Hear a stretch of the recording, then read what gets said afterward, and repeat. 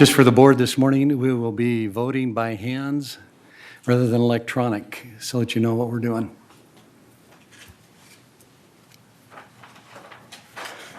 Right? The reason we're doing that is I think, Change seating.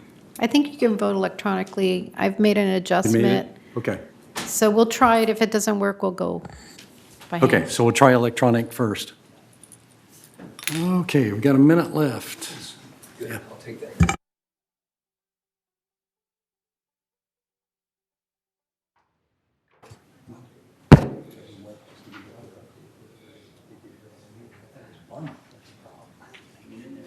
which one was this? And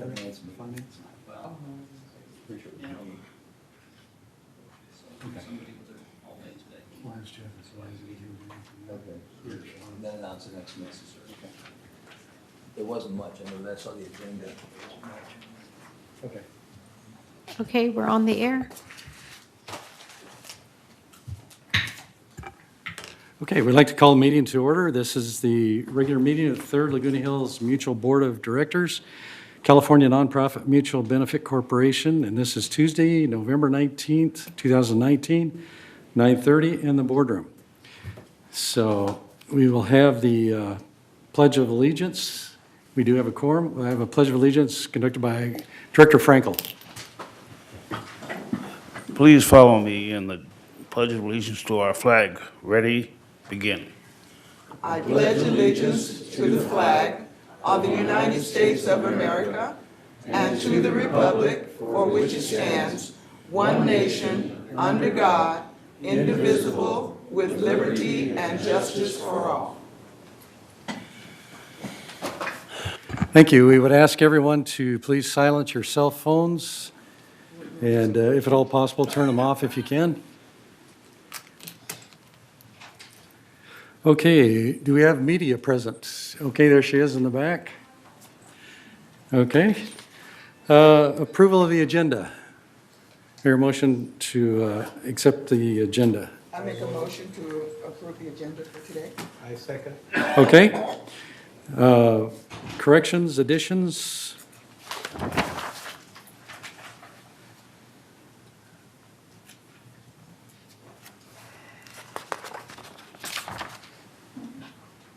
Okay, hearing none. All in favor? The agenda as stated.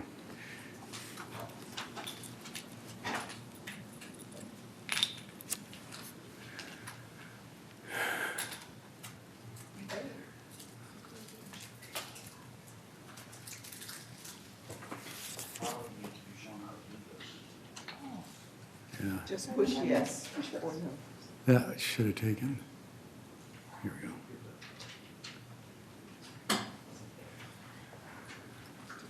Director Bada, you want to give me your verbal vote? Oh, sure, yes. And Annie over here is not taking. I'm kind of in my own thoughts. Oh, there it is. Okay, good, good. Actually, yes, it's grayed out over here, so.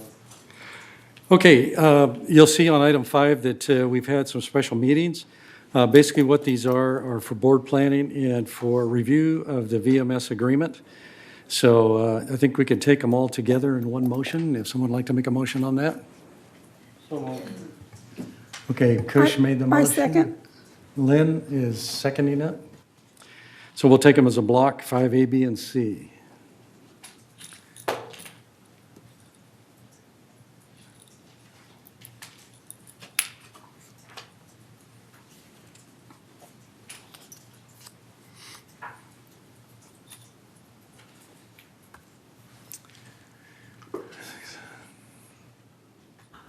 Director Wayne, can I have your vote? Yes. Okay, now we're cooking. Henny? Okay, If it's not working, just give me a thumbs up or a thumbs down, and I can record it that way. okay, good, good. All righty, on to report of the chair. We on the board take communication with our residents very, very seriously. And today you're going to hear some things that we ask you to really pay close attention to because we need your feedback on. And I'll just leave it there for now, but I'll be covering part of it. Our CEO will be covering part of it. And then Siobhan, who's our Chief Operating Officer, will be covering part of it. At this time, I'd like to introduce Robert Muchnick, who's our newest board member, and ask if you could just give us a couple minutes of your background, please. Well, thank you, and I'm glad to be part of the board. I moved here approximately 6 months ago. Yes, that's all, only 6 months. We moved here to be in support of my mother-in-law, who's lived for the last 26 years here in the village. So we've had a lot of familiarity with the village over the years because we visited her on a regular basis during most of that time. In terms of my background, I have a PhD in criminology. I was a university professor and department chair for 44 years. I recently retired from that, and my experience in terms of serving on a board of this nature, I was president of a homeowners association in Hilton Head, South Carolina. I was president there for 8 years. It certainly wasn't as large as this, but it had many similar characteristics in terms of amenities, gated community, et cetera. Great. He's being a little shy in his background. He's published 5 books, and he's peer rated. So be careful when you shake hands with him. Glad to have you on the board. He's already contributed a lot. Okay, we move to open forum, and these are people that can talk about anything that's not on the agenda. So not on the agenda. Do we have anybody to talk? Yes. Okay. Our first speaker is Chris Collins.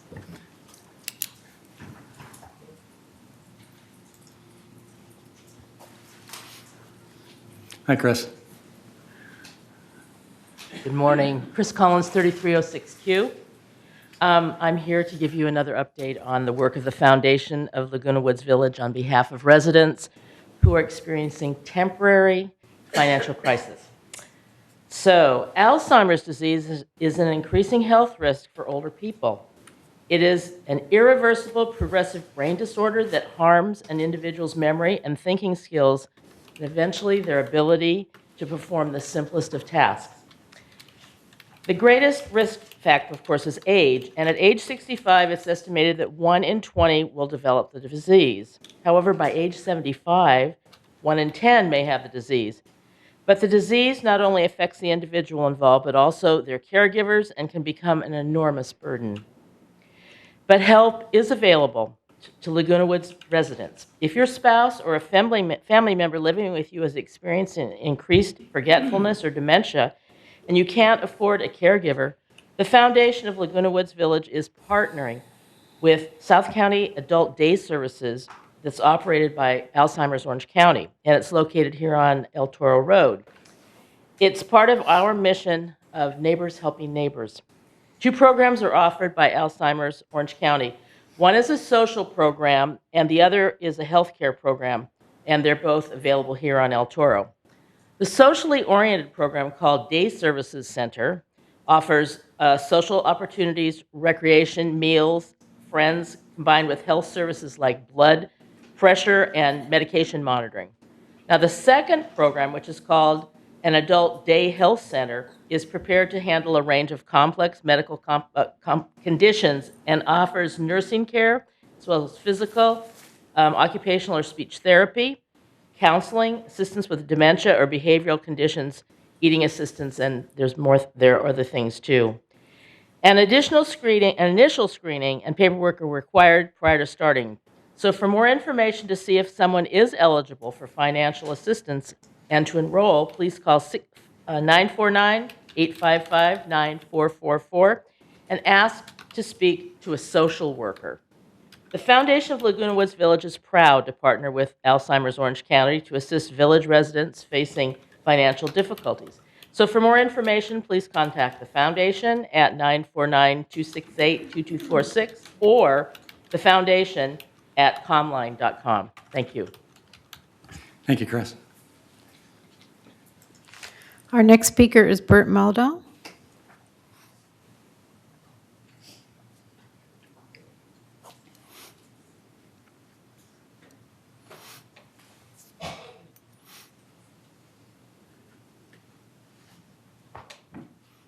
Morning, Bert.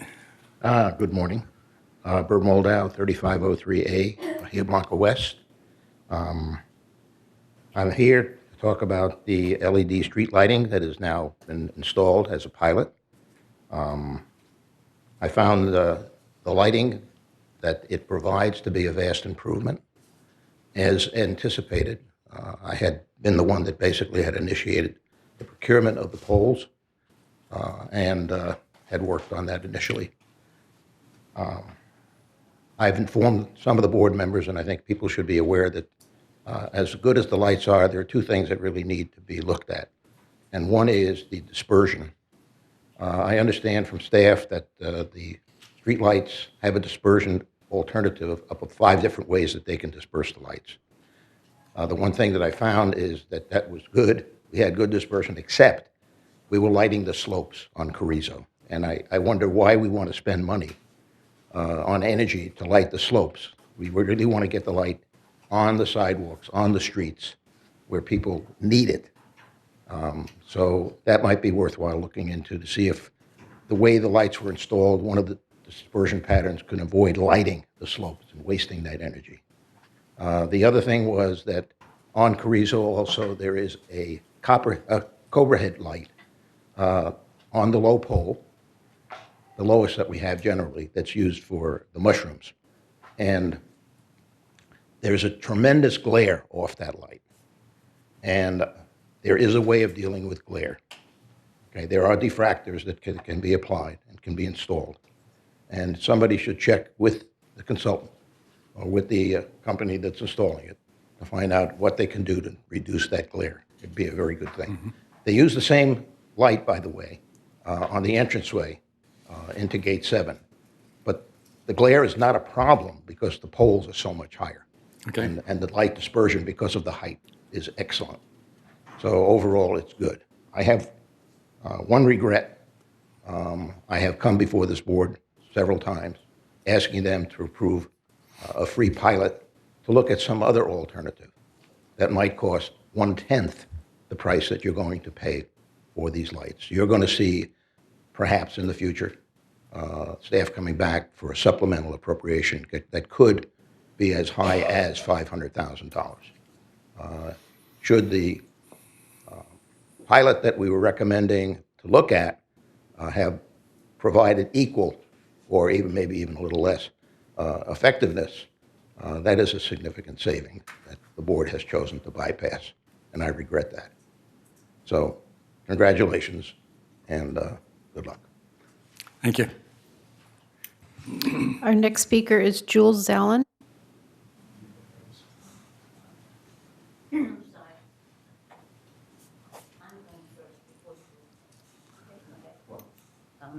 I'm Gila Zalin, 3124A. I was shocked to learn of your decision to blackball the chair of our Energy Task Force at a secret hearing he didn't even know about. The first notice he received was a letter from your lawyer saying that he had been convicted, and here's a part of that letter. Third's board. Gila, Yes, that's yes. not to be talked about in open session. It's not? No, Oh. that's a legal matter, and that takes place in closed session. I'm sorry, I didn't know that. Okay. Okay. Not so. That's not, absolutely not. That is a matter of, it is a matter of critical importance to the membership, and the membership should know that somebody has been charged. I believe that was brought up at a previous meeting and names were named, and that's not allowed. Now you're bringing it back to the same person, and that is not going to happen. If you want to talk to us, you can talk to us in closed session. Okay, next speaker, please.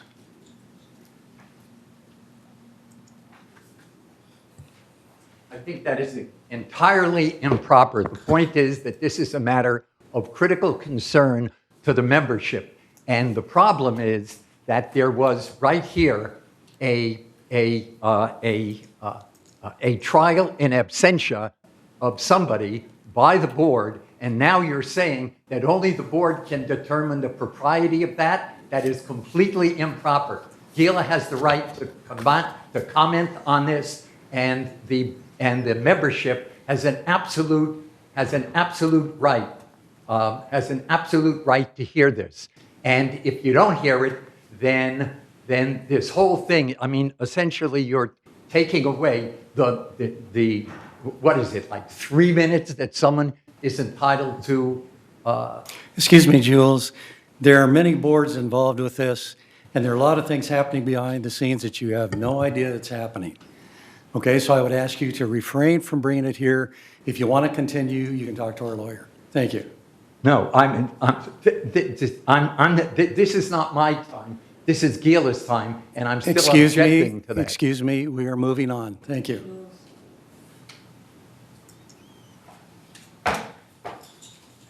The point is, I tried to do this privately. Excuse Steve. me, we are moving on. Thank Okay, you. I tried to do this privately. I Thank got no you, Jules. response. We We're trying appreciate to do it here, got no response. It's We just have a gonna lot of get more concerns also, and we are unpleasant addressing. and more public, and it's unnecessary, Steve. It is really unnecessary, totally inappropriate. Thank you.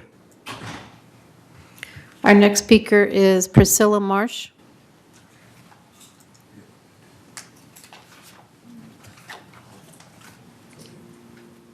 I guess I speak my name, Priscilla Marsh, and I live at 3308 Via Criticism. And, excuse me, we've had a lot of construction around our street. And it doesn't seem to be organized. And when you call someone like VMS, resident services, security, no one knows the schedule and what's going on. And even the contractors didn't know. For one thing, on a Monday, they came and cleaned our carports. So we had to get our carports up. Then the next day, they came and tore up the street and had asphalt spewing into our carports. And then they left it a mess. They had gravel and all. They left it a mess. And in the meantime, of course, we're driving over that. In the meantime, they were steam cleaning our condo and getting it ready to be painted. Then, the day that they decide to put the asphalt down is the very day that they painted our condos. So I truly couldn't go out the front way because they were asphalting, and then I couldn't go out the back way because they had these big paint machines around. At any rate, it's just a shame because we don't know how much money is being wasted during all this. Things are not organized. The painters didn't know the asphalt people were coming. And it's just, when I remember in my working career, if I was doing a project, I had to know where the project was and to make sure and watch my budget and such. And it just appears these people just come and go, and there's no sense to how they're doing it. So I would just like to see that there's kind of a command center or someone who knows, some department who knows what's going on all over. Because it is a lot of money that's being spent. Thank you. Any other speakers? Yes, we have one more speaker, and it's Monica Hobson.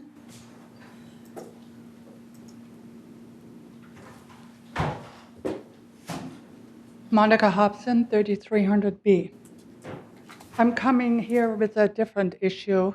I had tried to address it over a year ago, and I'm concerned of the accuracy in the minutes. And I'm finding quite a few discrepancies, and it's not being addressed at these meetings, and corrections need to be made at the meetings with the consensus of the board, and it hasn't been done. And I got several documents here, and I'll give you an example, and you can research this.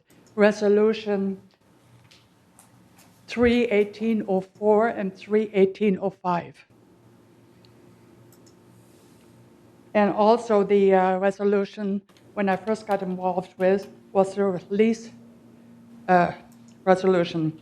And the dates were wrong, and then it got corrected, but there's no indication of the minutes.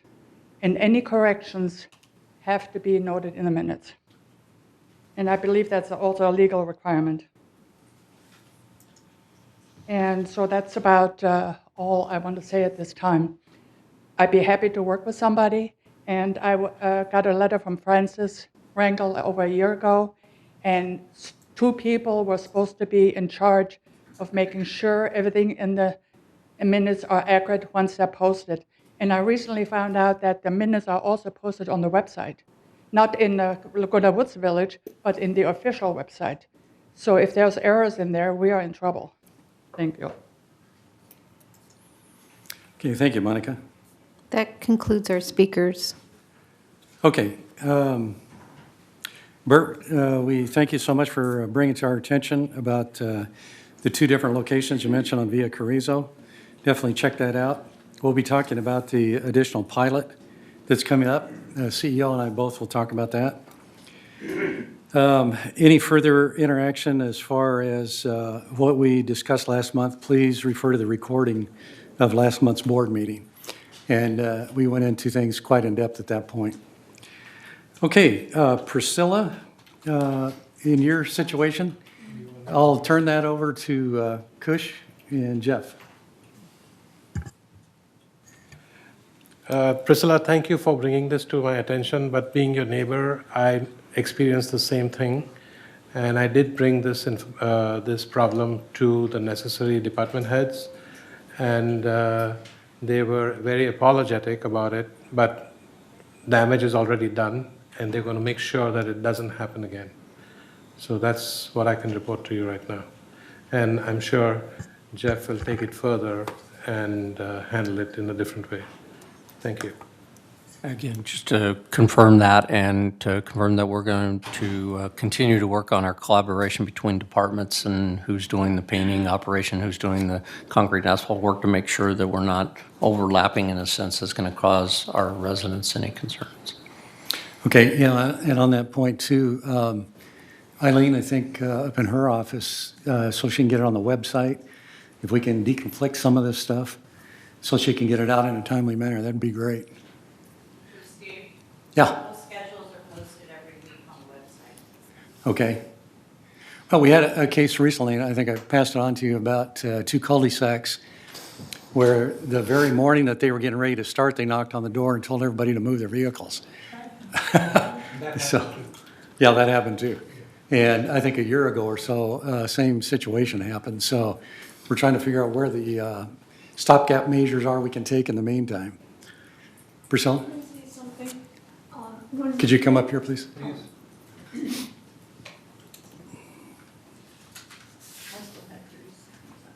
When I called these people to find out what the schedule was, they all said, oh, we contract that out.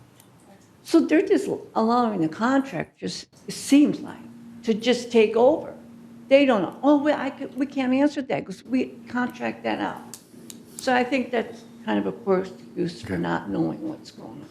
Yeah, thanks for updating us on that. Mr. President, I want to make a comment because during Ms. Priscilla's presentation, she mentioned that because of this wasting money, because that's registered with me, because that's the core of the whole thing. I just want to make sure that we might have some issues with the scheduling and communication, but I want to get some assurance from others that we are not wasting money, because that's the core of thing that, you mentioned, because of these confusion, we're wasting money. Are we? I don't think so. There might be a communication issue and coordination issue, but waste of money, I don't think is going to be an issue here. Unless somebody told me I'm wrong or, we have to look into that because that was brought up and that's important because that's registered with members that because of the confusion, we're wasting a lot of money and people doing the street, without any contract or just doing whatever they want. That's important points that we have to address. So from a financial standpoint, most of our contracts with outside vendors are fixed costs capped contracts where there wouldn't be an extra cost if they're inefficient. The other side of it is I'm hearing that everything is going to be completed that's expected to be completed this year, so it's something maybe Kush could double check and see what's going on those issues, but we haven't heard or seen anything in the numbers that say that there's anything that's coming to haunt us because they're stumbling over each other in the way they're managing things, at least not currently. May I? Go ahead. The point is not about us wasting money. I see what Priscilla's pointing to, and that is if you are demolishing asphalt and you're painting the same day, the black dust sticks to the paint and may not give you the same result that you expected. So that's what her thought is, and I'm sure she's trying to express that we may be, the same point was we cleaned the carports and the next day we're digging up the asphalt again. So all that effort is wasted. So what's the point? So that's where she is coming from. Not that we are paying extra money to anybody or doing it twice or anything. So just the coordination of timing is what is more important. You mentioned something else in your comments about asphalt and gravel coming up into your carport. Is that a significant problem?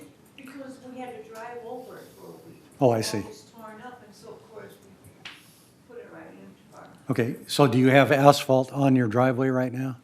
No, it's all cleared out. Yeah. It's all gone? Yeah. Okay, okay. So the point is that eventually the lack of communication or coordination costing us money then. So that is important to look at because. Or you end up with a if we have lower to level of service. repaint or something and Right. resurface and Sure. reclean, those are additional costs, and that's the point. So we have to make sure that our coordination and communication will not waste any money. Yeah. Okay, moving on to Monica Hobson. Monica, I don't remember back that far as to a situation that came up. It may have been handled by our president at that time. If I could refer you to, I think, Siobhan, is there a way that you could go back and check out that since you're over the admin area up there? Yes, we'll have to follow up with Ms. Hobson. Okay, thank you. Okay, any other comments or responses to our residents? Okay, moving it along here. CEO report, if you'd go ahead and start on that. Mr. President and board members, good morning. Have about 4 items, and then I'm going to turn it back to the president, and then Siobhan also has some follow-up. So start off with a little visual for you. We met this last month with the city manager from the Laguna Woods, Chris Macon, and one of the things that we had had on our dialogue for that meeting was to talk about where the progress was with regards to the medians out here on El Toro Road and what was the plan and process with that. As you can see with the visual, and if you've driven in, you'll see that the work has started on actually on November 4th. The work began. They are now making the upgrades on those 2 medians. There'll be another one on Moulton that they'll also be working on. These were the 2 primary ones that certainly affect the entrance coming into our community center here. This is a picture using examples of what they have done in their other medians where they're using drought tolerant type of landscaping. They are planting some trees. And as you can see in the work, if you drive by, there's a lot of purple pipe out there. I usually reclaim water, so that's a good thing with regards to their operation. And as I indicated, started last on the 4th. The work will progress for about 60 days, is their anticipation to be it completed. And so that's great news because that sat vacant and kind of ugly for quite a while. So we appreciate the work on there. 3 other things I wanted to mention. They kind of correlate and yet they don't. Wanted to update the board on the latest news regarding the OCTA working with Caltrans regarding the I-5 El Toro Road interchange project. As you recall, we've had some discussion from the community with regards to this project, which included one option was a flyover landing on the north side of El Toro into Lake Forest. The other one was an off-ramp that would end up coming off the freeway very close to the middle of the old mall, Laguna Hills Mall. In all of the feedback that Caltrans and OCTA received from not only our community here, the city of Laguna Woods, but Lake Forest, Laguna Hills, all of the communities basically expressed concerns about all of the options. Nobody liked any of the options that they had come up with, basically. And so as a result of that, OCTA was the financial element of it, and Caltrans, who is the environmental, decided to put the project on hold because there wasn't any consensus moving forward. Now they've at the same time they've also put the kind of the burden back on the three cities to get their engineers together and say, okay, if this doesn't work, we need something. We have an interchange down there at El Toro that's problematic still. So what are your ideas? So that's in the works. The three cities engineers have met a couple of times, and they'll continue to come up with some ideas to hand back to OCTA and Caltrans. If it happens that they come to an agreement and there's some improvements that can be made which would alleviate the need for those exchanges, then that would be good, certainly, and the impact would be less to the community. So we'll keep you updated on that. Chris has done a really good job of keeping us updated on that, so we appreciate that. At the same time, you're going to hear out there that there's another Caltrans project and that there could be some impact, and that is Caltrans is working on two proposed alternatives that would potentially affect Laguna Woods, and this is really adding general purpose and HOV lanes on basically I-5 from the 405 split down to South Orange County, so that way. We'd be the kind of the very beginning of that, so we don't know yet what that impact is. We're waiting to see those plans and stuff. But basically, they're looking at a way to create more capacity. That's Caltrans's dream on every project, is to create more capacity.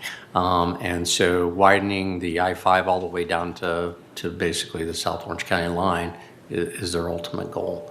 But we're the start of that, coming off the 405 exchange right there. So we'll keep you posted on that. So there's really two projects, and we'll try to make sure that we can keep our residents informed on which is which, because I don't want them to get confused. It's not the flyover to on El Toro. It's really just widening going down. On the HOV lanes, do you have a date when they're starting? Well, the idea would be from the I-405 all the way down to the San Diego County. But when would they start? If it got built, oh boy, you're talking. Oh, this is a future time. Yeah, this is just they're in the design concept. They're going to get public input. You can actually right now there's a scoping session that are going to be set up. I have a mailing address for people who would be interested so they can make comment.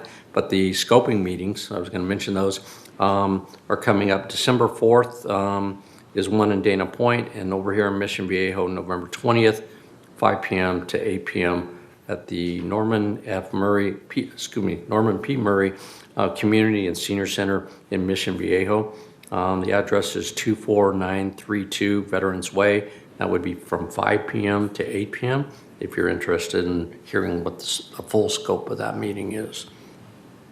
And again, we'll keep you updated on that.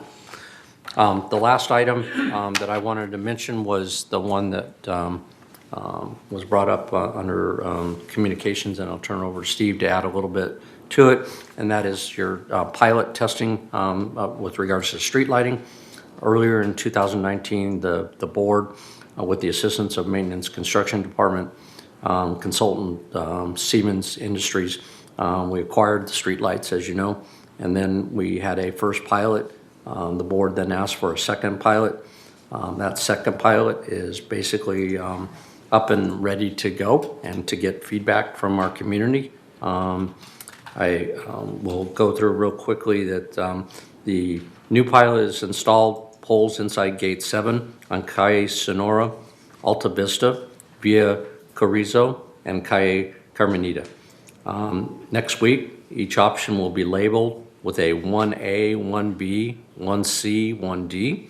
Similarly, a 2A, 2B, there'll be a 3A, 3B, there'll be a 4A, 4B, and a 4C and 4D for those that happen to drive out there and evaluate and say, I like that street light versus one of the others. We recommend that you visit the areas after dark, obviously, in the evenings from Thursday, November 21st to Monday, December 2nd. That input will be received by the board, staff, and Siemens, and then we'll be ready to provide that community feedback to the board. And with that, I will turn it over to President Parsons so he can talk about the schedule as to where we're going to take it from there. Okay, once again, if you would mark your calendars for the 21st of November through 2 December, that's going to be the real dates where everything's going to be lit. You can see what's out there. For comments and questions, we ask you to email info@lagunawoodsvillage.com. And if you have a handwritten note, give it to our concierge by the end of day on the 2nd of December 2019. Based on this, these inputs will be taken, a report generated, and out of that, we have already scheduled a special M&C meeting for the 11th of December 2019 here in the boardroom at 2 p.m. in the afternoon. Recommendation from that will be taken to our board meeting on the 17th of December, and a decision will be rendered at that time to move forward. So Kush over here is in charge of our M&C area, so he'll be leading that session on the 11th of December. If you have any comments or anything for him, please get it to him before that time. Okay, so once again, remember, pilot 21 November through 2 December, and look at them after dark. That's something we learned on our last test. We had a full moon, and that wasn't too good.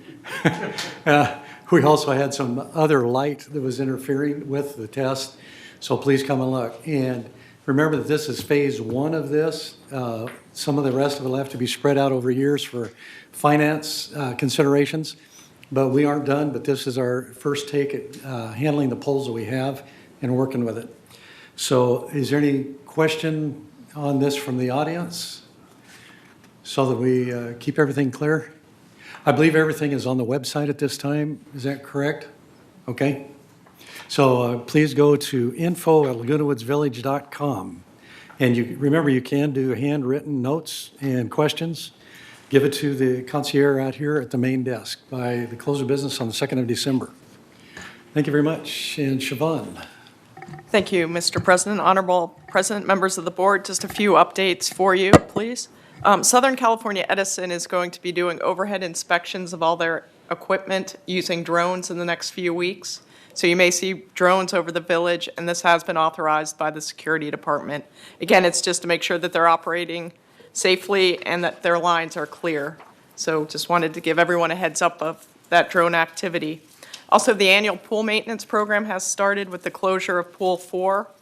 This closure will take place for about 4 to 6 weeks, and then annual maintenance closures will follow at Pool 1, 2, and 5, just getting everything ready for next spring when the heavy usage starts again. Can I ask you a quick question on that? What pools are closed until next spring? Clubhouse 6, I think, is one of them, right? Clubhouse 6 is the only one that's closed till next spring. Pool 4 is closed now, and then it will reopen. Pool 1 will then close, and then Pool 2 will close when Pool 1 opens and continue on in the cycle. Do we have child swim at any of the others during this time? I will have to check with the Recreation Department and get back to you. There is a new search tool on the village website. This is an easy-to-use, comprehensive search tool that our Information Technology Department has been working on. It works incredibly well, so we encourage residents to take a look at that feature using keywords. You can search for village events, classes, news, documents, and so forth. It's a great tool. With the Thanksgiving holiday coming up, I wanted to apprise you of the holiday hours for our facilities. On Thursday, November 24th, Thanksgiving Day, the community center will be closed, including resident services and the call center, as well as library, Clubhouse 4, the equestrian center, pools 4 and 6, and the Clubhouse 1 fitness center.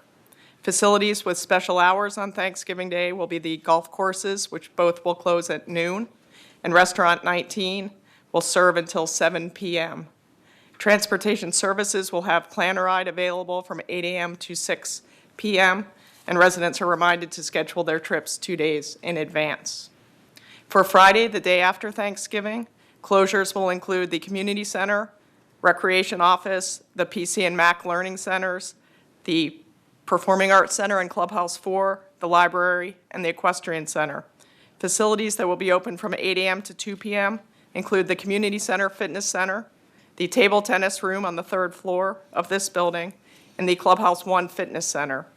Resident services will be open for the call center from 8 a.m. to 5 p.m., and that number is 949-597-4600. Transportation Services will again be offering Planner Ride services on that day. And then just a reminder that Saturday, December 7th, is the annual Village Holiday Festival. This will be held at Clubhouse 2 and features snow, Santa and Mrs. Claus, performances by the Sugar Plums, tree lighting, and other games and crafts. Attendees are also encouraged to bring an unwrapped toy as a donation for the Orange County Fire Department's Spark of Love toy drive. Thank you.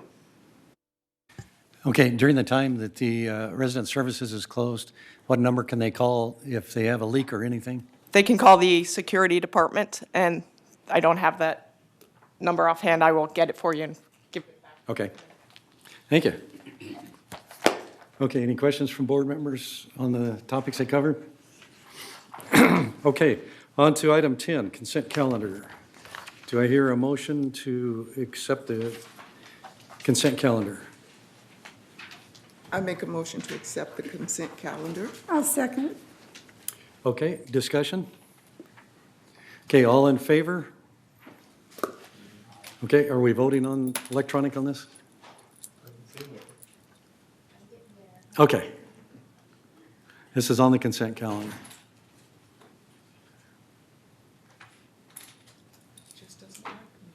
Huh. There. I'll just give you a thumbs up. There you go. Okay, thank you. Okay, on to item 10B, Finance Committee recommendations.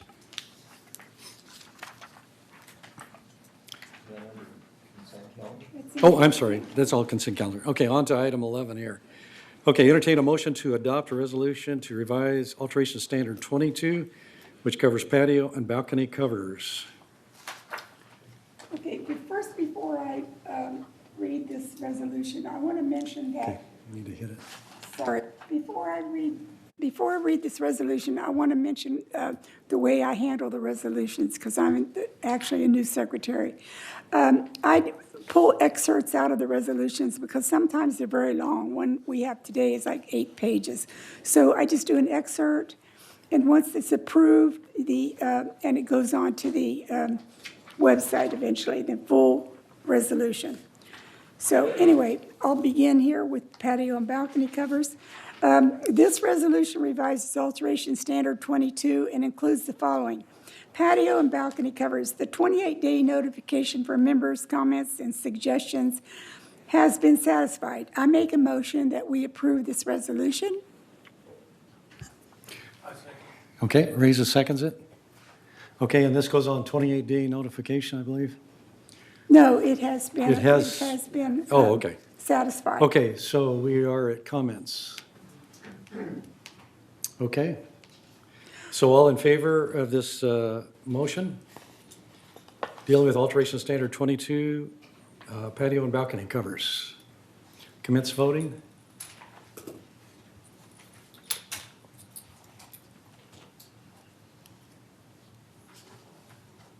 I will mention on this that we did get some input from residents as well as some of the folks in real estate. So that helped us out a little bit in further clarifying things. Okay, that's 10 yeses. Okay, on to 11B, please. The co-occupancy policy. I want to mention before I make a move that we approve this resolution of the co-occupancy. It's been a long time in coming. Right, Sherry Horn? And you've been very instrumental in getting us to this point. Thank you very much. This resolution will revise the co-occupancy policy and has satisfied the 28-day notification for members' comments and suggestions. I move that we approve this resolution. Okay, Reza seconds it. Any comments, questions? Okay, one person to speak. Okay, I call up Sherry Horn. who helped us author this? I want to thank the board, really, for your compassion in recognizing a situation that some of us find ourselves in.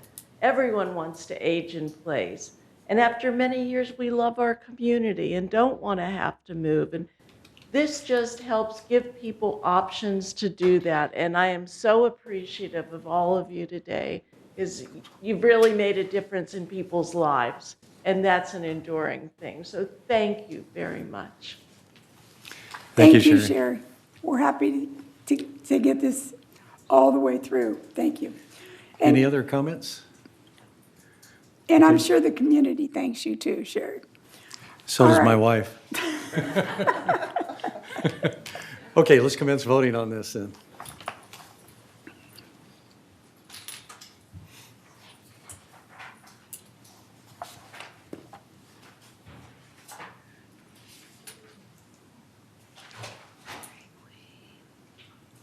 Okay, we got 10 for 10. Okay, moving on to item 12, new business. Okay, this is to deny the request to revise landscape adjacent to 3415A Punta Alta. An alteration was requested to the Landscape Committee by the owner of 3415A to remove existing landscape adjacent to that manor and place pavers in its stead. The request by that committee was denied. I make a motion that the Board of Directors deny this alteration request on behalf of the corporation and carry out this resolution. Is there a second? What's the number? I'll second. Okay, 12A. Robert seconded it. No. The unit number? 3415A, That's a good number. item 12A. Got it. Okay, any comments? Sir, can I say something? Okay, can you come in and report to our secretary here? Yes, sir.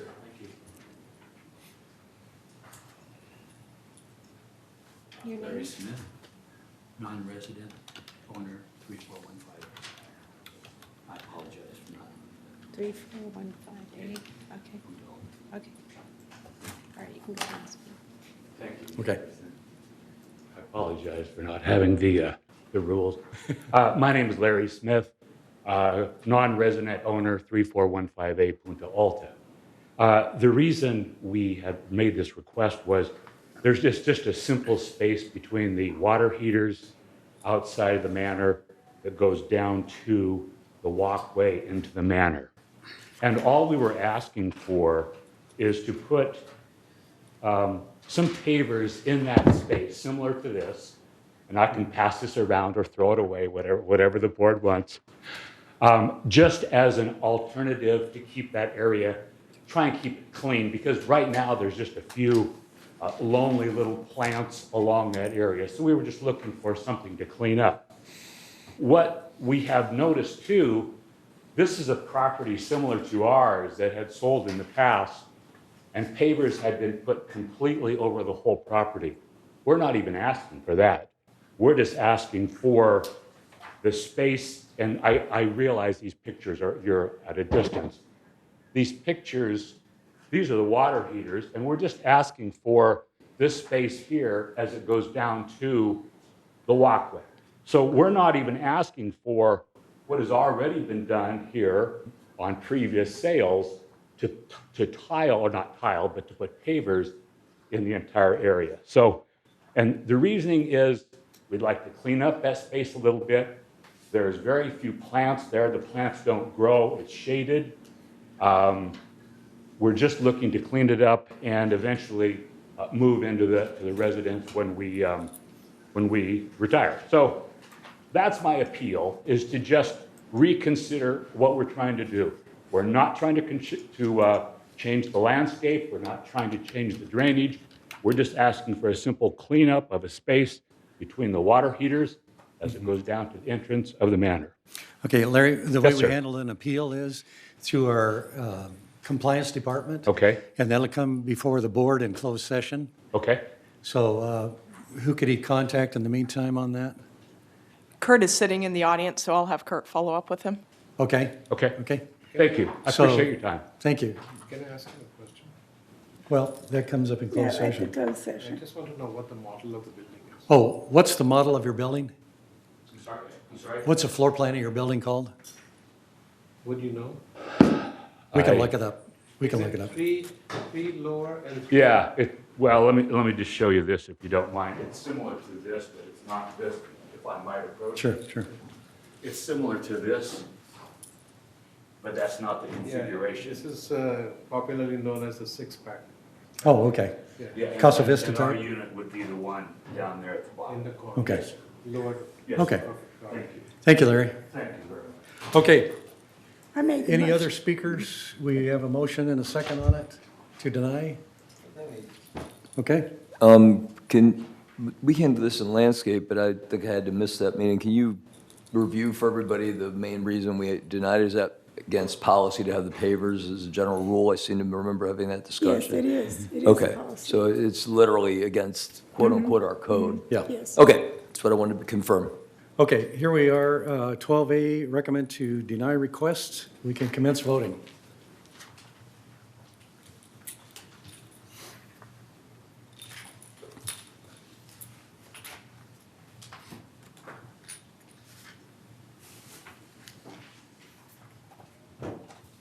We have two that have not voted.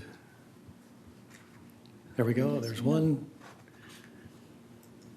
And Craig, there we go. Okay, yes, 8, no, 2. Okay, thank you. It passes for denial. Okay, on to item 12B. All right, this resolution is to approve the request to retain landscape revisions with the exception of the stepping stones at 3364 1G Punta Alta. The Landscape Committee reviewed a request from the owner of 3364 1G for permission to retain after the fact new drought-tolerant landscape material and stepping stones in an area adjacent to the manor. The committee recommended approving the request to retain the drought-tolerant landscaping with the following conditions. All costs for design, construction, and maintenance would be the responsibility of the owner at 3364 1G. The requesting members understand that the area will remain common area subject to the use and passage of all members of Third Mutual, and the stepping stones must be removed immediately, which I understand the stepping stones have been removed already.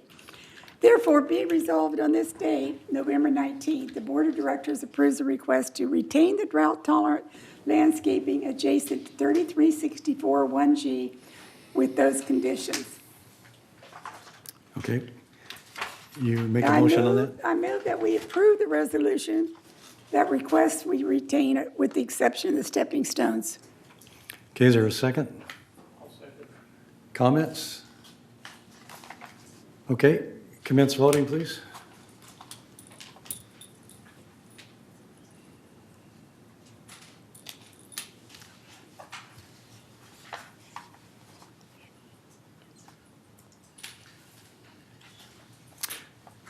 Okay, 9 yes, abstention 1. Okay, it passes. Okay, item 12D, or excuse me, 12C. 12C. This is a recommendation to deny off-schedule tree trimming of 2 codgeput trees at 5515 2G Paseo del Lago. The Landscape Committee recommended to deny request to perform off-schedule tree trimming because these trees do not meet the policy requirements regarding view obstruction. Additionally, the pollen mentioned in the request can come from a number of trees in the area. I move that we deny this request for off-schedule tree trimming. Second? Second. Okay, Annie seconds that. Comments, questions? Okay, commence voting, please. The old one's up. Oh, we still have the prior one up, Cheryl? Oh, sorry about that. I voted twice on that one. Would it change my vote? Because I just pressed the yes. There we go. Okay. No, it's not. 12C, commence voting.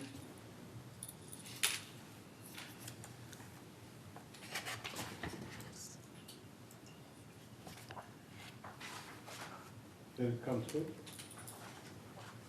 Yes. Okay, Annie, you want to give her, there you go. Okay, 10-4, it passes. Okay, on to 12D. All right, this is to revise the alternative variance fee schedule.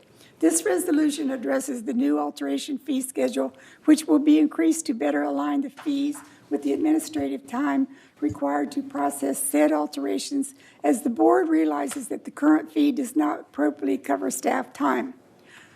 The resolution 03-17-130, adopted on October the 20th, 2017, is hereby superseded and canceled.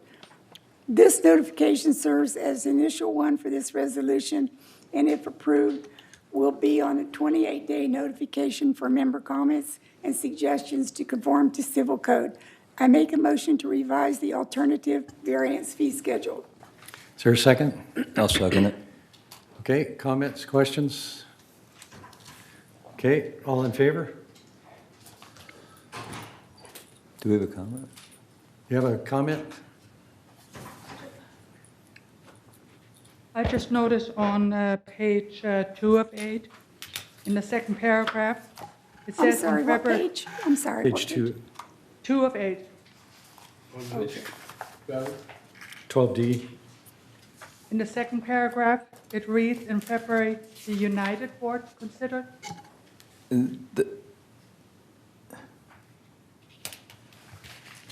I'm sorry, Ms. Hobson, what was the question again? She's saying on the staff report, they Staff report. reference United, and are they referring to Third?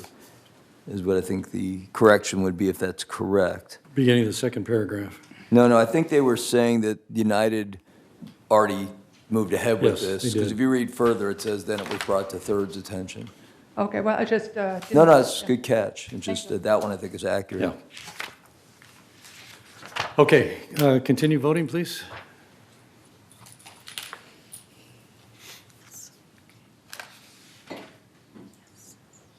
Okay, 9-4, 1 abstain. It passes. On to item 12E.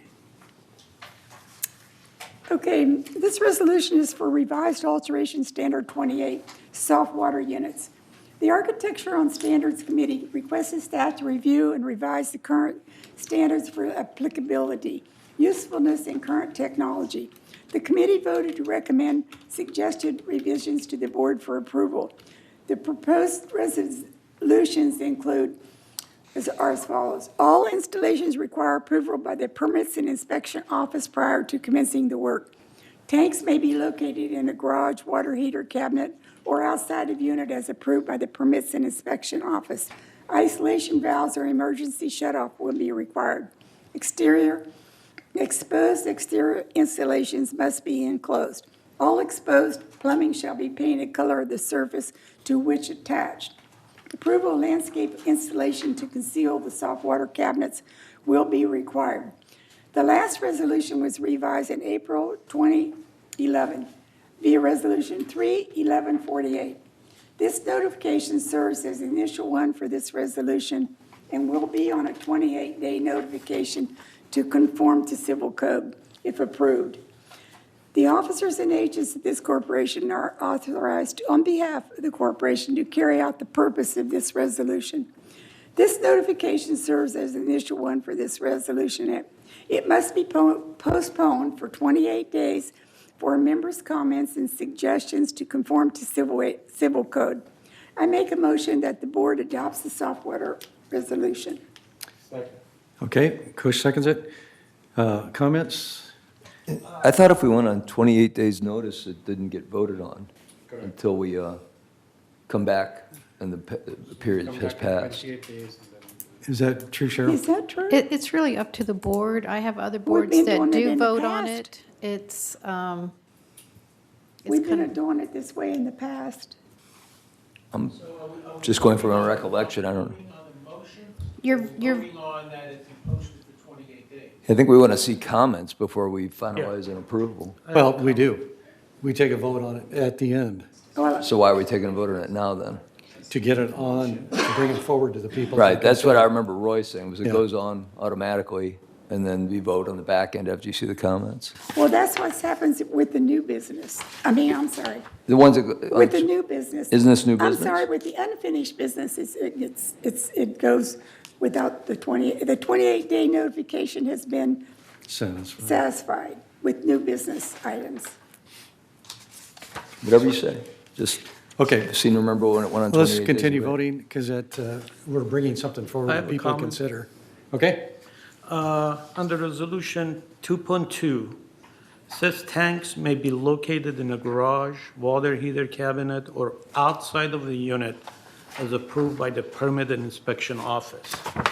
If the unit, water heater, is in the breezeway on the first floor where the stairs are, and there is no room for water heater, can they build a enclosure under the stairs and put this unit there? Because that's got to be outside of the water heater. So have we thought about this truly, that what are the other Yeah, there's options? X amount of space. And for some of this, it's first come, first served for whatever reason, whether storage unit or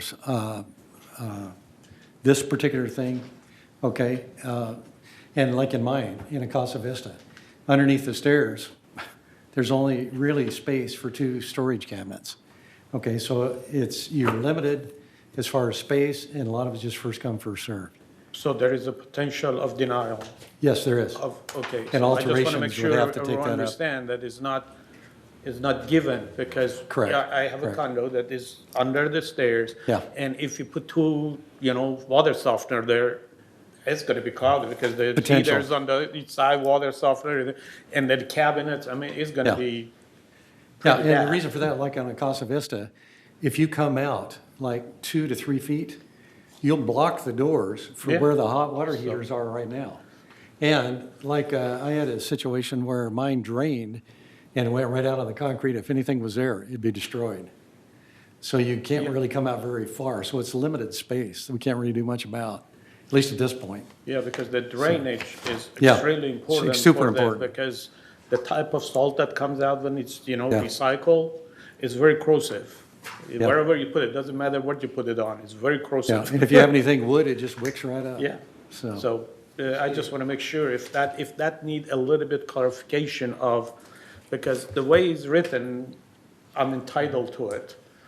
But what we're talking about, no, right, it right. depends. Right.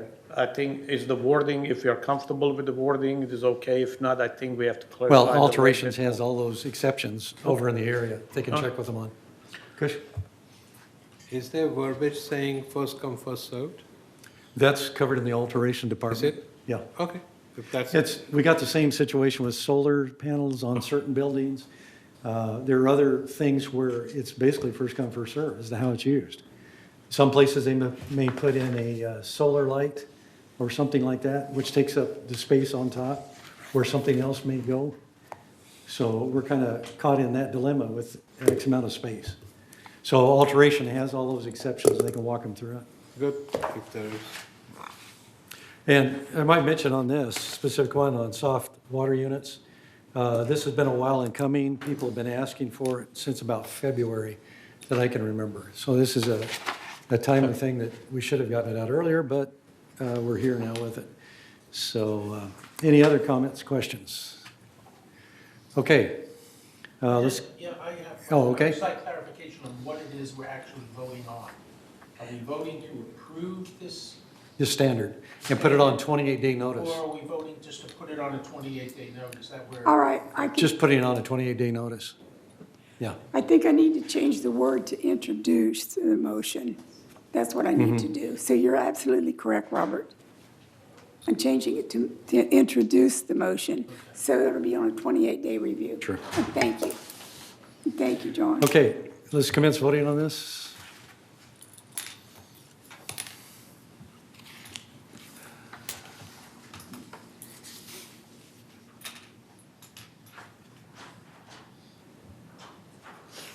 Okay, Annie, are you up here? There we go, okay.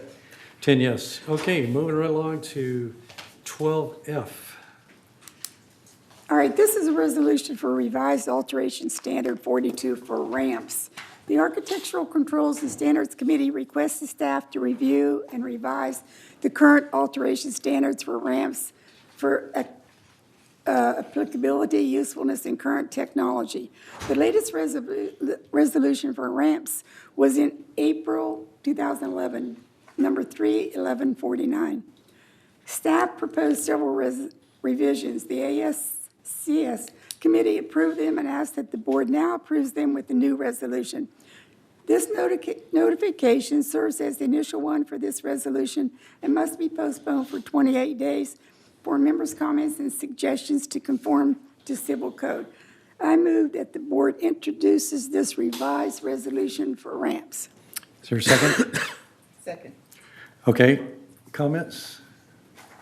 This is something that we've been working on for about 6 months because when we moved forward with it, we found out that there were some other intricacies we need to take into consideration. Staff's been working on this a lot. And if you read through it, you'll see there's a lot to it. And you got different buildings, different situations, and they've tried to cover as much as possible for this time period. When you get into it, you really understand. Okay, comments, questions? Okay, let's commence voting.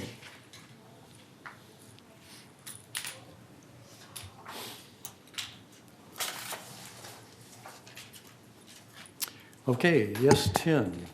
Thank you, it passes. On to 12G. Okay, this is for the Garden Villa mailroom flooring replacement material. Staff was advised to explore and evaluate potential flooring alternatives for Garden Villa mailrooms. Staff determined that glazed ceramic and unglazed porcelain tile are both ideal materials for use as the flooring in these high-traffic areas. The M&C committee unanimously recommended that the board approved glazed ceramic as the flooring replacement material to be used as necessary during future mailroom renovations at an estimated cost of $1,265 per mailroom. I move that we approve this recommendation by the M&C committee. Second. Okay, Kush seconds it. Comments? This Oh, is the tile that go ahead. was approved, Nice. and I'll show it to the camera. Very nice. And this, It the is color, nice. I think we also. Yeah, I like it. Yeah. Mhm. Good, thank you. Hold that up again, Kush, because they just got isolated on you.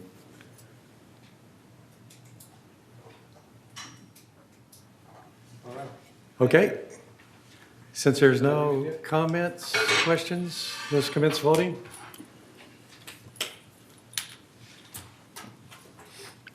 Thank you on that, Cheryl. Okay, Annie, you're still up. There we go. Okay, 10 yes. Okay, on to 12H. All right, this is a resolution for supplemental funding for LH21 directory boxes. After evaluation by the staff of the existing building directory and bulletin board cabinets, it was discovered that the boxes have deteriorated, are rusting, and are difficult to operate. Staff is proposing that they be replaced with a shatter-resistant acrylic panel, aluminum frame, silver trim finish, and ones that are designed for exterior use. All current boxes in the 28 LH21 buildings would be removed and are replaced with the upgraded ones. The cost would come to $12,585 from the unappropriated expenditures fund. I move that the board adopts this resolution for supplemental funding for LH21 directory boxes as recommended by the M&C committee. Okay, is there a second? Second. Comments? Okay. Oh, I'm sorry. Okay. I noticed that there's a lock on the box. Who would have access to the box? Building captains. Only building captains? Building captains and also the president of the Gardenville Association. He's in the audience, by the way. I've had comments from some people who live in buildings where this would be replaced, and they're concerned about only the building captain. Right, can I chime in on that? Go ahead. We discussed that, and the fact is, unless you heard something different, my understanding is they are not going to be locked. No, It was they're just gonna that- be locked. They are going to be Yeah. locked, that way they can continue to upgrade them. Yeah. They had said that the Well, I'm not going to keep going, but they had indicated to me that they just felt that was the most cost-effective unit, and the locks weren't going to be used, so people could continue to, update communication information. I thought it was too difficult to keep them unlocked. Could I Go ahead, Stuart. bring some information to Yeah, the table? please. I'm Stuart Hack. The last that I saw on it was that the cost of removing the locks, you can't, first, you cannot order, they're not available without locks on them. The cost of removing the locks and putting knobs on them was excessive. So the decision was made to have locks, have keys, and have copies of the keys here. So not just the building captain. And those copies of the keys will be retained. Why not just leave the key in the slot? I think you have a risk of the. Well, I realize it could get lost, but it could get lost anywhere. And Well, then it they could come also get get the extra bent one. and stuck in the Break lock. off. Anything that you can think of that could happen will probably Will happen. happen. Yeah. Yeah. So the real issue is, what is the problem with it being locked? Well, if the security has a key of it, and then Yeah. the captain and the garden villa president have the key, that these Yeah. keys are available. I mean, anybody can call security and So, they can come and open. And understand the use of these. You have the list of all the people who were there in the building, and that list is updated by the building captain. That's who does it. And then you also have posted notices.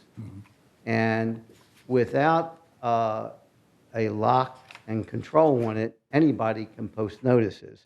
And I can tell you that every week I clean the unauthorized posted notices off the bulletin board in my building every single week. Well, So- I just interrupt you a second. I was in a building last night, 5518, I think. Mhm. And they have replaced their board with a large $150, that was their cost, $150 cork board that they all have access to, and in the building, they're all very happy with, just the way. Excuse me, Robert, you're talking about the mail room. We're talking about, It's on the exterior of the building. So there are two this is types the of exterior- buildings. So the LH21 buildings are different than the one you Yeah, visited. right. Oh, okay. So that's the Never- confusing part here. Yeah. I so the- apologize, never mind. Yeah. Garden Villa, just for clarification, the Garden Villa buildings are not LH21s, and the Garden Villa buildings do not have lock boxes. The LH21s are a different configuration. They will now get a locked box, and I think it's the best choice on how to handle the situation. Thanks. Any other comments? Okay, let's commence voting.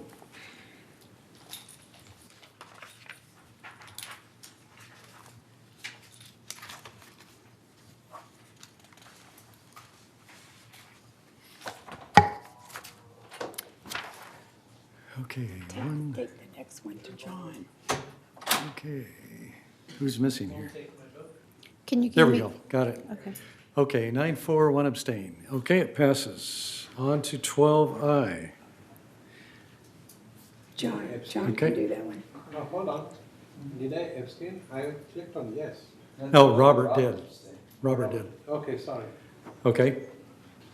Entertain a motion to approve third investment policy revisions and direct Sageview to transition to index fund portfolio.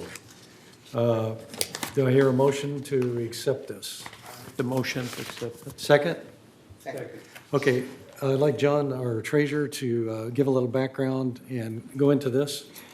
Okay, thank you, Mr. President. The staff report on this is on agenda item 12I, page 1 of 16. I'll hit the key highlights that people will want to know what's been going on. This has been reviewed for months, several months, really actually going back almost a year by our investment task force that's involved with representatives from Third Mutual, United, and GRF. So everybody's looked at it, and everybody's come to the same conclusion that Sageview is a better fit for our needs in terms of asset allocation and management than our prior people, and that move got made a couple months back. We approved that.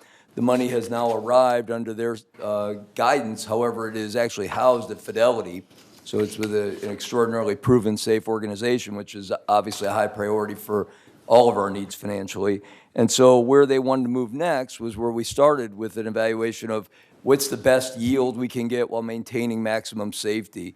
And in order to get that, if you'll read in the analysis that our current investment policy allows up to 30% of our portfolio can be invested in corporate bonds.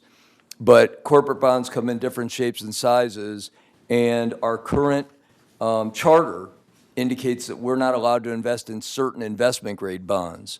So this resolution allows us to invest in investment-grade bonds, which then opens up certain mutual funds that manage exact type of portfolios like we have. No stocks, all kinds of fixed investments, very safe.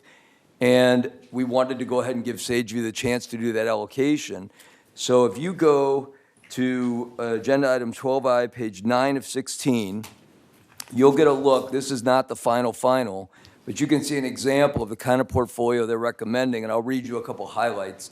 Vanguard Treasury Money Market, Fidelity Short-Term Treasury, Fidelity Intermediate Term Treasury, and then if I skip down to the bottom, these are the two where we needed a change in our charter, Vanguard Short-Term Corporate and Vanguard Intermediate Corporate. So the largest, the most proven of mutual funds, the best of the best money managers, would give us a chance, at least historically, by all the research we were presented, would increase our yields without increasing our risk, and at the same time would reduce our management fees significantly. It's going to wind up saving, guaranteed, the minimum savings will be $25,000 a year in management fees because they can use these mutual funds instead of having to buy and sell hundreds of individual bonds and Ginnie Maes and whatever other things we had in our prior portfolio. So that was the background, and now we are at the point where we've seen enough and vetted this thoroughly, and so we want to go ahead and do a resolution that gets our charter in line and allows them to move forward with this recommendation that will save us in fees. So with that in mind,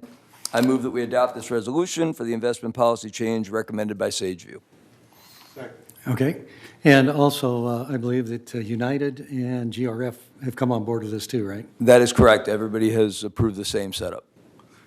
Okay. Any other comments, questions? Okay. Commence voting, please.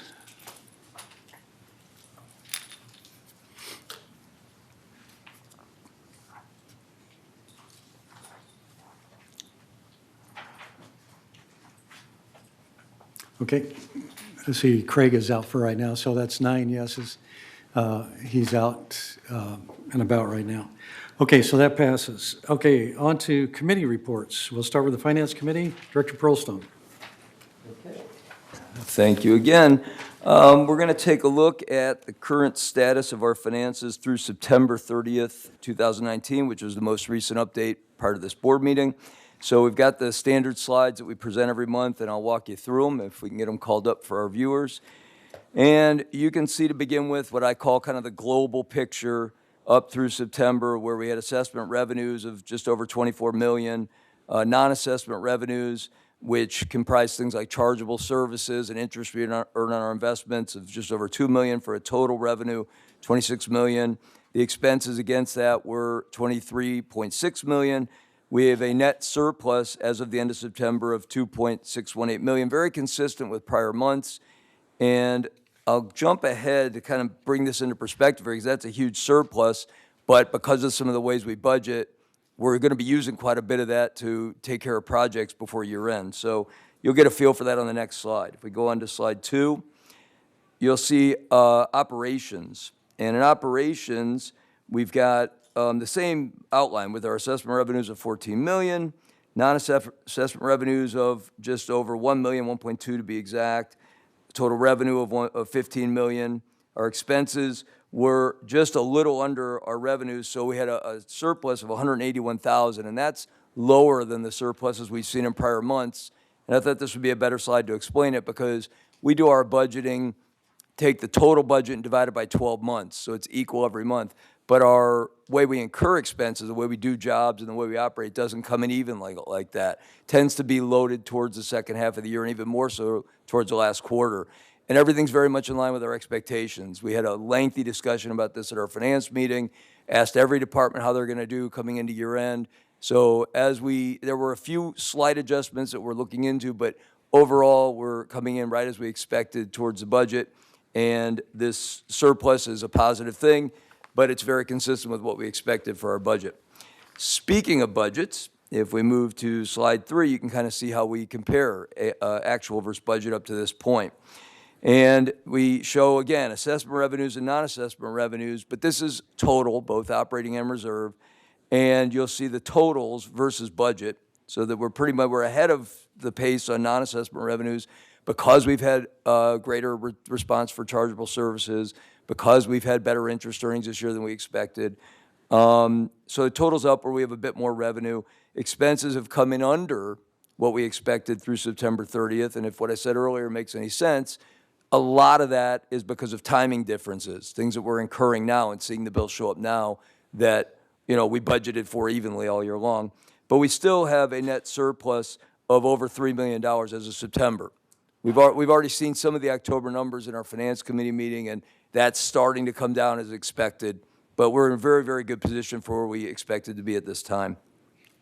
On the next slide, you'll see some of the specifics I've been referring to over and over about some of these timing differences and where this surplus is. We've got a lot of money that we have not yet spent in outside services, which a lot of the construction, a lot of the maintenance, we contract with outside services, and we're almost 2.25 million ahead of budget on that. But those people are billing now. Those people are doing increased work now. That'll start to come down. The rest of the numbers, you can kind of scan down the sheet and see the differences. Things like the unrealized gain on investments, fees and charges, none of them are a significant percentage of our budget. The only one that is going against us right now is legal fees. We're working aggressively to get control of those. We've made good progress. It's something we anticipated, and we've kind of got worked into our next year's thinking and budget. But as of now, it's over budget, and we're going to have to, hopefully we've got enough offset, which we do, to make that palatable from a budget standpoint. But obviously we want to control legal fees. So we're watching closely on that. Moving on to slide 5, you can start to see the breakdown, which I've referred to a number of times already, on how some of these numbers are calculated. So non-assessment revenue, looking at the biggest slices of the pie, you can see fees and charges to residents is 30% of the total, and interest income is 24%. So over half of our non-assessment revenues are those two items. There's a number of other small items you can scan through and see how we comprise the money we bring in that is not from your assessments. And then on the next, give them a second to take a look at that. I shouldn't have rushed you, Cheryl, on that, just so anybody watching on TV can kind of, look at the different items. And when we'll get a second, then we'll go on to slide 6, which is probably more meaningful to most people. Anyway, where's your money going? Where are the expenses going? You can see the breakdown of the total expenses of $23.6 million. And again, two items create well over 50%, and that is employee compensation and related, heavily in the service business. That would make sense. And then related item would be outside services, all these various construction and maintenance activities that we've farmed out because we can do it more cost effectively farming out than by trying to staff up for it. I won't ignore the other half of this pie chart. You see things like utilities and telephone. We're managing all of it. Water is included in that, which is a significant multi-million-dollar a year item, and we have a water committee. We're not just saying, well, that's not big dollars, we won't look at it. It's just something that when you look at the total figure doesn't amount to a huge amount, but we are addressing it. Materials and supplies. Insurance has become a bit of an issue. We're looking into that more carefully. And anybody interested in how these are managed, I really encourage you to come to our Finance Committee meetings, because anyone that's showing a red flag, we spend a lot of time and talk about it and get answers as to how we'll manage it better or how we'll solve any issues that are coming up on it. Take another second, let you scan the rest of that.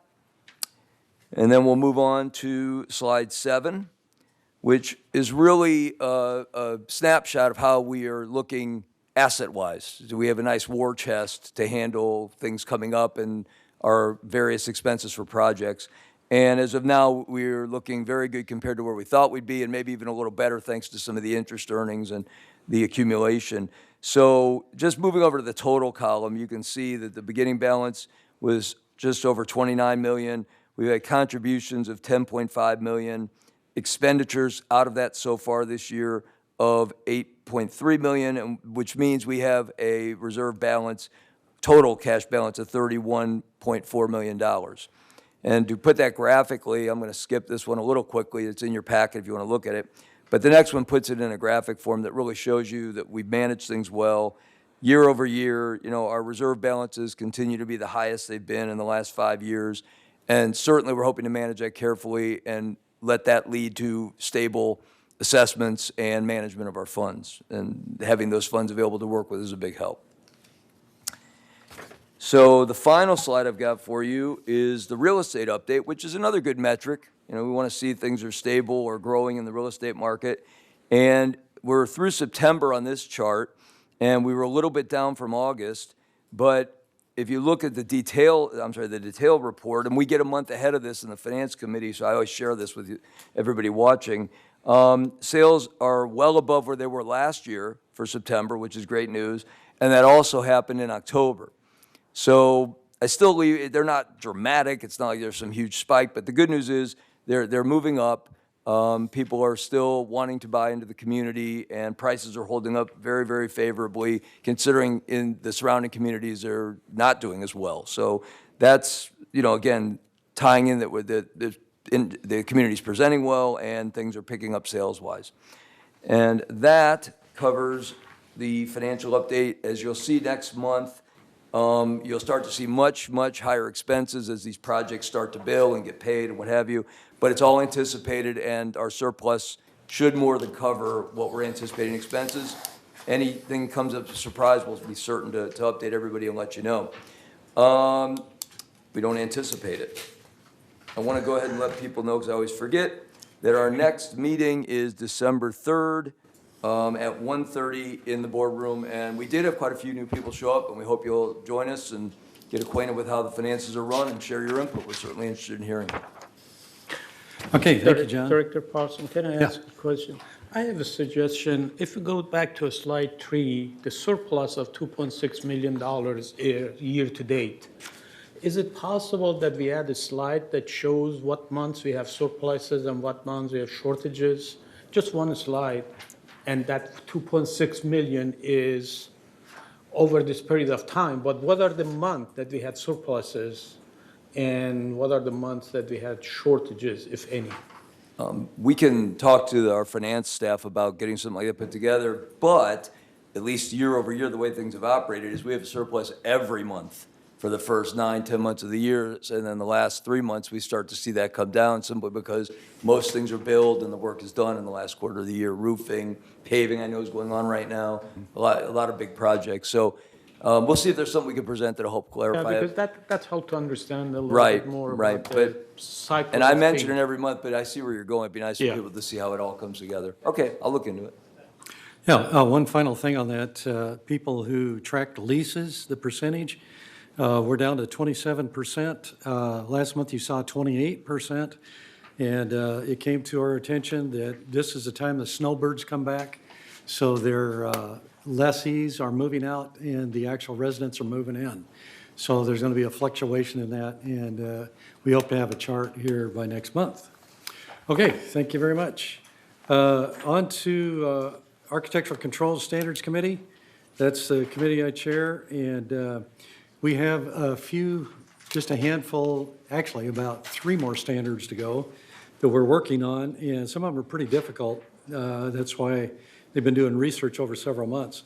But we look forward to some of those coming forward in the next month, and we're working with staff on that to make it happen. So our next meeting is December 3rd, not the 23rd, but the 3rd at 9:30 a.m. in the Sycamore Room, not the boardroom. So we'll go on to committee reports. 13C, Report of Communications. Director McCary. The Communications Committee did not meet this month. We are a quarterly meeting committee. Our next meeting is January 8th, 2020 at 1:30 p.m. in the Willow Room. Okay, thank you. Report of Maintenance Construction. Director Bada. Thank you, Mr. Chairman. Our meeting, the MNC meeting, was held on November 4th, 2019. It was well attended by several residents. Bulky item pickup was discussed. but the staff was asked to come back with a better solution. I'm going to report again that the Garden Villa mailroom flooring was discussed. It will be replaced with glazed ceramic tiles on a project basis, the one that we displayed earlier. The committee discussed and approved the enclosed bulletin board cabinets for all LH21 buildings, which we just approved. We discussed and advised staff to come back with suggestions to increase drying time for each quarter used for our new dryers that we have replaced in our mutual wide. Also, to repeat that it was discussed earlier that our new pilot for the street lights will be for review from November 21st to December 2nd, and the pilot comments are due on December 2nd. So please be sure to turn in your comments on time. And there's a special MNC meeting on 12/11, means the 11th of December, to discuss the results. Hopefully this will be the last pilot, the final pilot as I would call it. Thank you. That is my report, and our next MNC meeting is going to be on January 6, 2020. Thank you very much. On to the report of Parking and Golf Cart Task Force. Just to give you an update, according to Ernesto, the additional golf cart parking spots are actually being created up in the wedding cake area between gates 5 and 6. So we look forward to seeing those. And at the beginning of the new year, we will be talking about gate 14 and continuing on to the wedding cake area. So our next meeting is 6 January of 2020, 9:30 in the Sycamore Room. Okay, Landscape Committee, Director Jarrett. Well, we weren't able to meet in November, but our next meeting is going to be December the 5th at 9:30 a.m. Okay, Water Subcommittee, Director Karimi. Thank you, Mr. President. We didn't have a meeting last month, but we had some activities that I want to report on the Water Subcommittee. Through Ms. Kay Haven, which is our advisor on the Water Subcommittee, which is the board member at the Total Water, we secured a batch of blue tablets and some high-efficiency shower heads. And we're going to make those available to the members based on the availability of them. At the same time, last week, I participated in the GVA meeting and presented or talked about the water conservation. Director Parson was there, and Mr. Jarrett and Director Kush was there too. And we passed along some of the tablets. And the purpose of tablets is you put that in your bowl, in the containers of your toilet, and then let it sit there for 10 minutes. And if the color comes into your bowl, that means you're leaking water around the flap in your toilet. That means you're wasting water. That's helped to change that flap and, stop, wasting water. The high-efficiency shower heads would help the use of water because the big holes, you get a rush of water with little pressure, but these are pretty much kind of atomizing the water, and you get a lot of pressure, but little water usage. So I hope that the presentation was useful to the GVA. We still have some of those tablets and shower head left. You can contact me or Ms. Lynn Jarrett about them. If they're available, we pass it along to our members.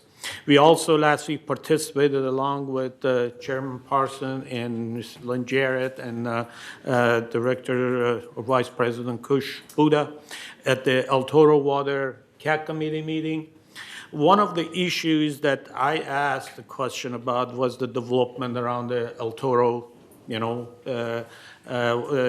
bypass that they're building, or they plan to build out of multi-units and a shopping mall, pretty much, and talk about the water usage and all of that.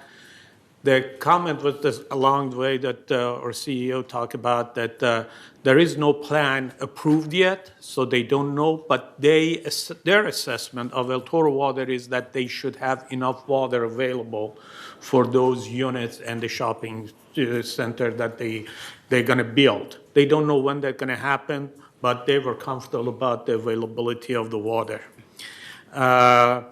Also, last month, we received the bill for the water usage. On the bill, there was about 37 cluster of units that have reached Tier 4 level of water usage, and 137 cluster that reached Tier 3 of the water usage. At this time, we decided only focus on the Tier 4 usage. We sent a friendly letter to our members and remind them that please be careful with the water usage.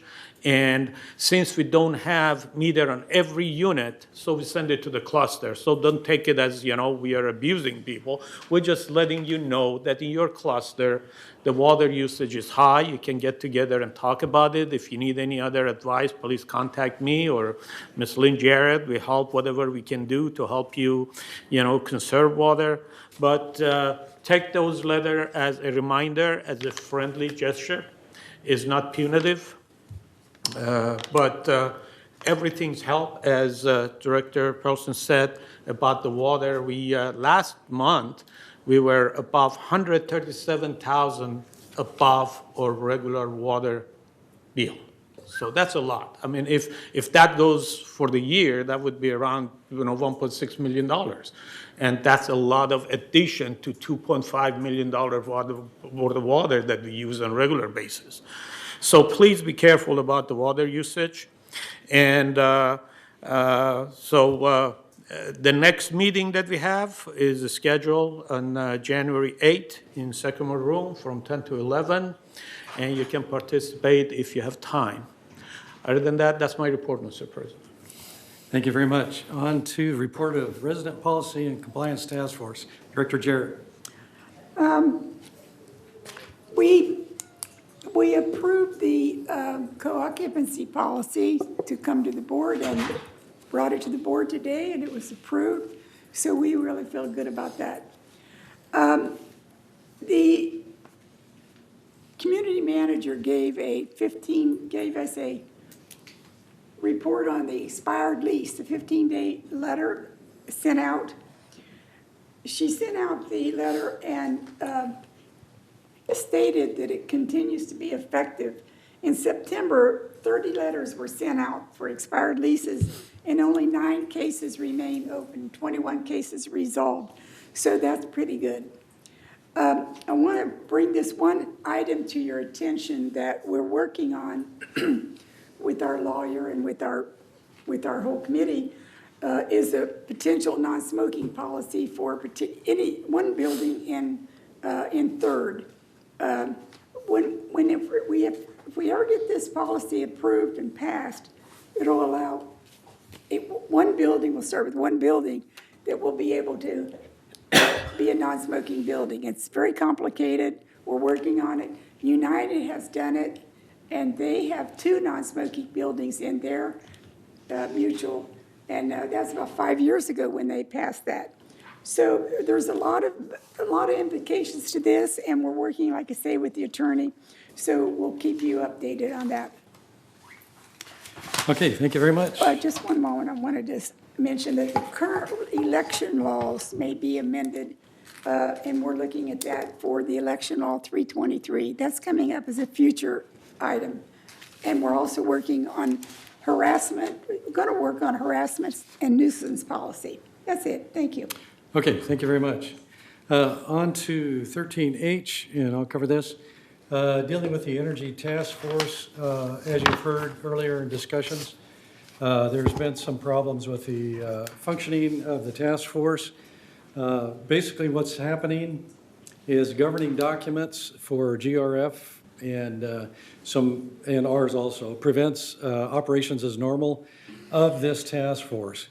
And basically, the task force has been working on behalf of all the village, not just Third, not just GRF, not just United, but everybody. So we have to look at our governing documents. This is new territory for us. And what we're doing is creating an opportunity for what we call research groups, or what people think of as think tanks. And this would be comprised of people who have engineering backgrounds that are pertinent to the subject at hand. It could be water, it could be energy, it could be IT, whatever. Anyway, these people would come together as well as other experts that could bring to bear some expertise. And they would come up with solutions, write prospectuses for the different boards. And if we chose to continue on, we could with their recommendations or modify them accordingly. But we are not stopping the Energy Committee. It will be functioning again in January. I've already seen the agenda, and it keeps growing. We're already into page 2. So I think their first meeting will probably be all day long. And hopefully Jeff can handle that. So anyway, more to come on that, but realize that the Energy Task Force is not going away. So let's move on to GRF Committee highlights and Community Activities Committee. Director Bada. Thank you, Mr. Chair. It was a good meeting. It was on November 14th, 2019. It was reported that the bonanza, which took place at the Clubhouse 4, was a good success, and everybody had a good time. My notes are in a different place. The new chairs for all the clubhouses have been received, and we had over 700 or 800 delivered. Yay. Yeah. The Christmas buffet is on December 25th, obviously, but I hear rumors that it is already sold out. Wow. Yeah. And, the volunteer luncheon is scheduled for Friday, December 6th. If you haven't got your ticket, ask the recreation to give you one. You are a volunteer, so you are being felicitated and invited. So get a ticket. Without a ticket, you're not invited. So that's my report, and the next meeting is January 9th, 2020. Okay. Question? Yes. Which committee is going to address, and maybe Jeff can answer this outdoor outdoor concept of an outdoor, not a theater, but a gathering place. Amphitheater. Yeah. Who's gonna do that? Which committee? I don't think we are doing anything like that right now. What I heard is that the Laguna Hills Mall, the gentleman who came to present to us went to the Laguna Hills Mall, and they have embraced that idea. So the mall's new vision is going to be an entertainment center mall. So they are going to have a open air amphitheater kind of thing. That was a great idea to make money, but we didn't have the right space to do it. So correct me if I'm wrong. That's the information that we have at this point in time, but that plan keeps fluctuating, so I don't want to say it's that's like precisely what it is. different every day. Relative to the amphitheater here, one of the things in evaluating, and we continue to do that evaluation, is what our land use allows and doesn't allow, so we'll be reporting that back. So. Thank you. Okay, on to 14B, Finance Committee for GRF highlights. And we weren't in attendance at that. Siobhan or Jeff, do you have any inputs on that, on the Finance Committee? The only thing I want to mention was, again, the Finance Committee has been, and all of you have been working. We finally got the insurance issue resolved, and we're moving forward, and all of you gave direction with regards to how to address the payment on that. So we move forward with all the boards relative to that issue. So Okay. I'm not sure if there's anything else you'd like to add. I think that is a major thing, so more to come on that. Landscape Committee, Director Jarrett. Oh, there was no landscape meeting. The last one was in August.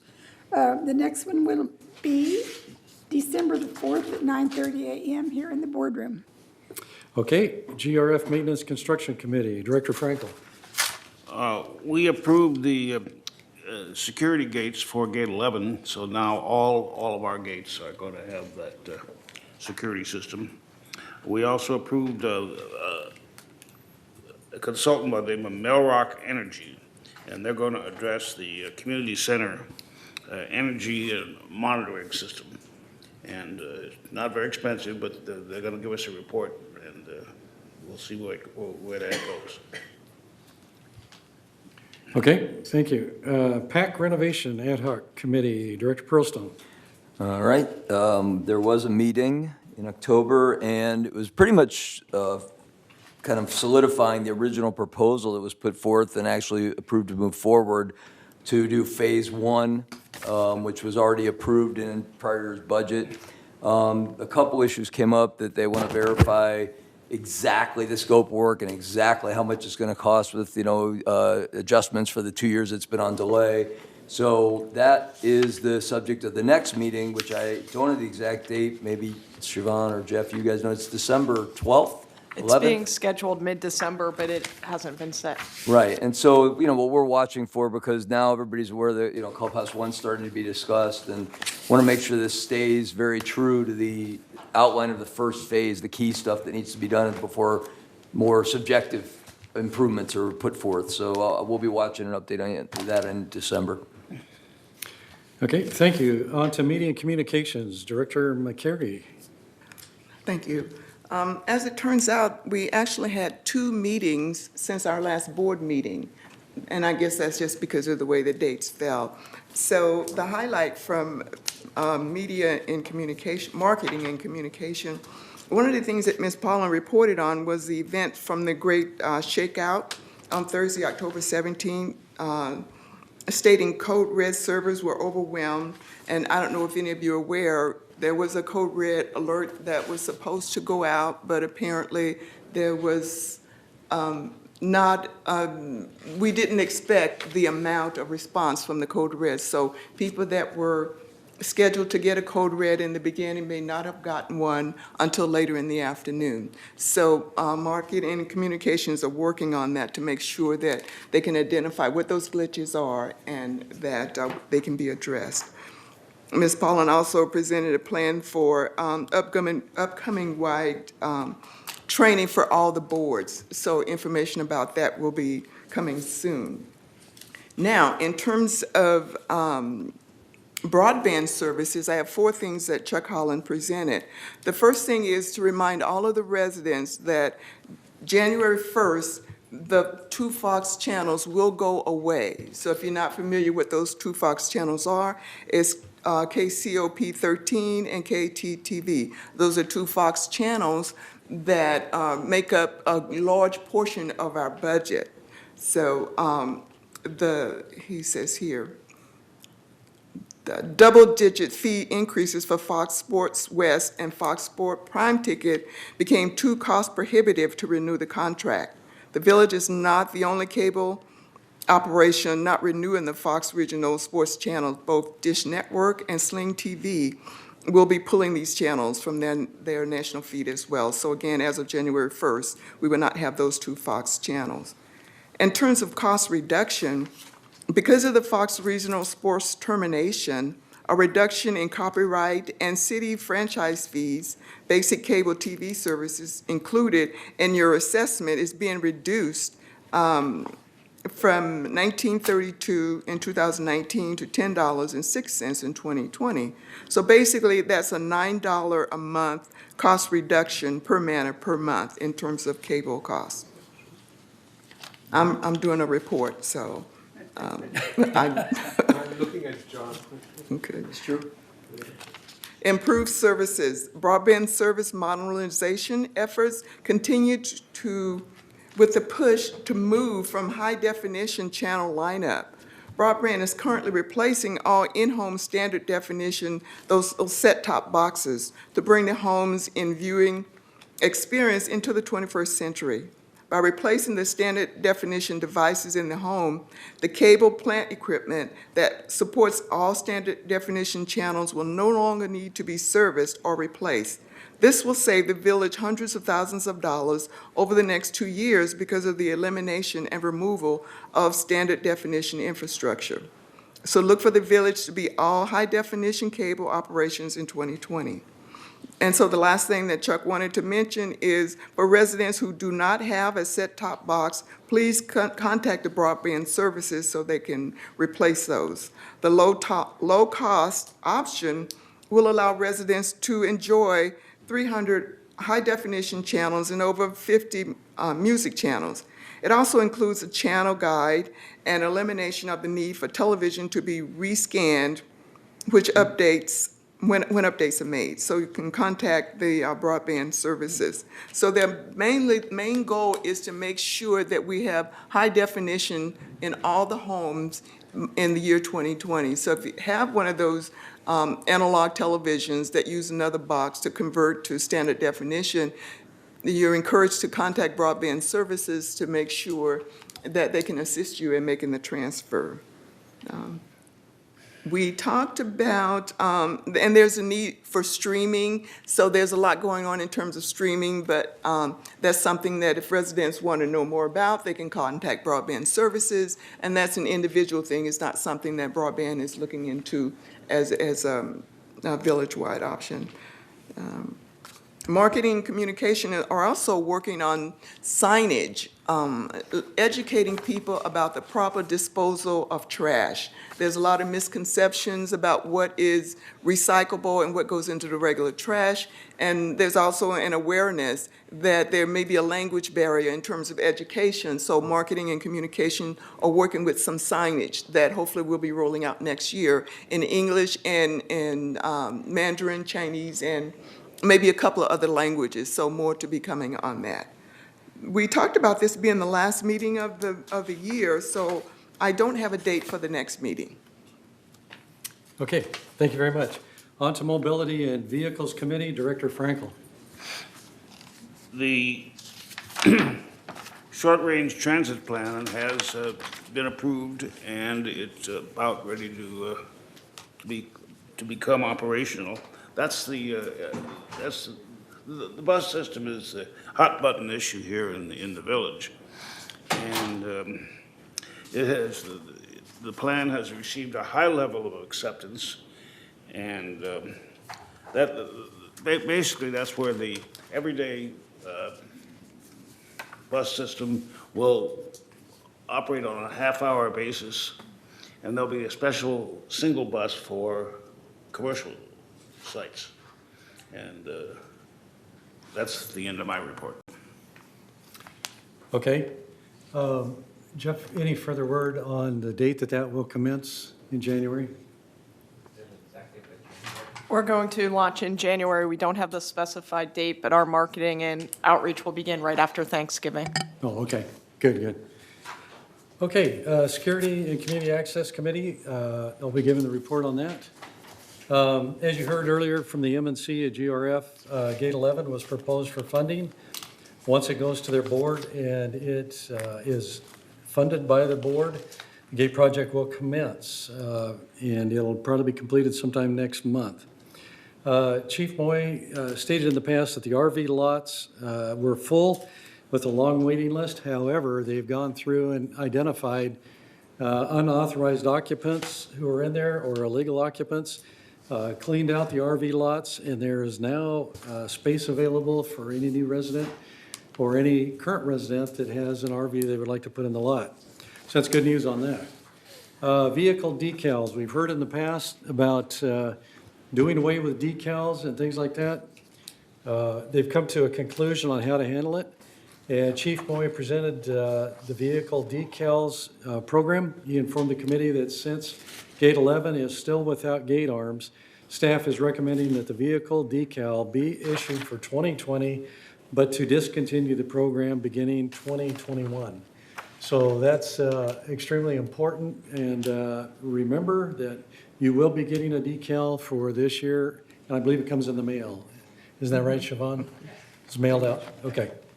So that concludes my report on that. On to Director Frankel with Disaster Preparedness Task Force. The Great California Shakeout was discussed again, and details were gone over, and we've got another meeting coming up on November 26th. Okay.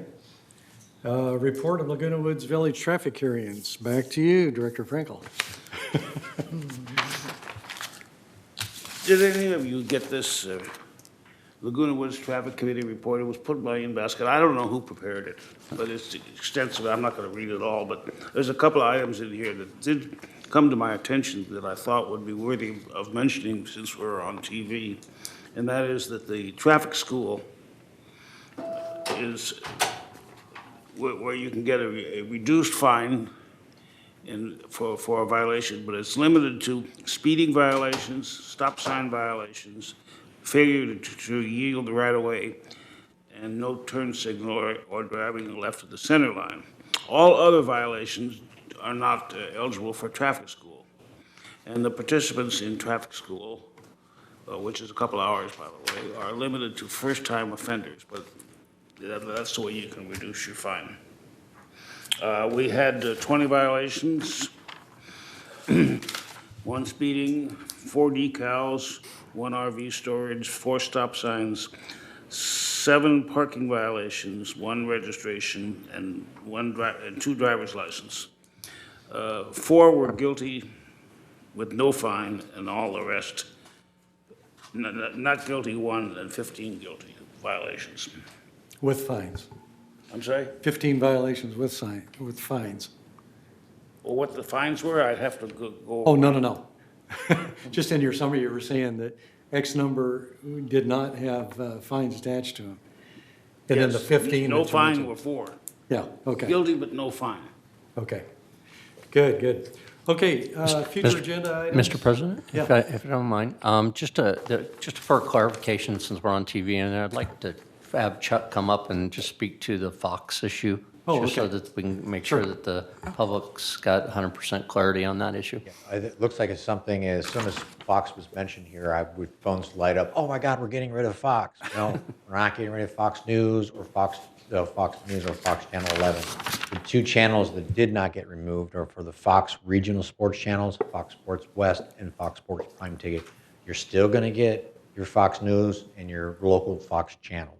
We're in the process of renegotiating those contracts now, and they'll be completed by the end of the year. So no worries, we're not getting rid of Fox News. Do you have the channel numbers? Should they announce that? Yes, the two channels that are going away, there's obviously 2 versions, standard definition and high definition. The standard definition channel numbers are channel 28 and 29. The high definition channels are 428 and 429. Okay. Okay, thank you. Okay, on to item 15, future agenda items. I'll just mention them briefly here because they've been mentioned in several reports. Parking report coming in January, census report also, HOA election law update through our policies committee, membership in good standing policy, initial notification in September, smoke-free building program, alternative heat source policy is coming on. Are there any other items we need to put on there that you can think of? Okay, hearing none, we'll go around with director's comments. We'll start over here with Robert. You have any comments you want to make on anything? No, very interesting first meeting, and I appreciate the opportunity to participate. Great. Ralph? No comment. Okay, Reza? I want to thank all of our members for paying attention to the usage of water. Every time you turn on your faucet, flush the toilet, or wash your clothes, please remember, conserve water, especially on the clothes washer. There are dials. If you have low load, use the low water system. Don't fill it up with the water for just a few pieces of clothing. Please use your common sense to conserve water. That's very important to all of us. Thank you for paying attention to it. Okay, John? A question for you, Jeff. I heard you say we're going to have an energy meeting in January. Has it been determined who's going to chair that meeting, or are you going to chair it? No. At this point in time, it's, the determination is that the vice chair will be the chair of the meeting.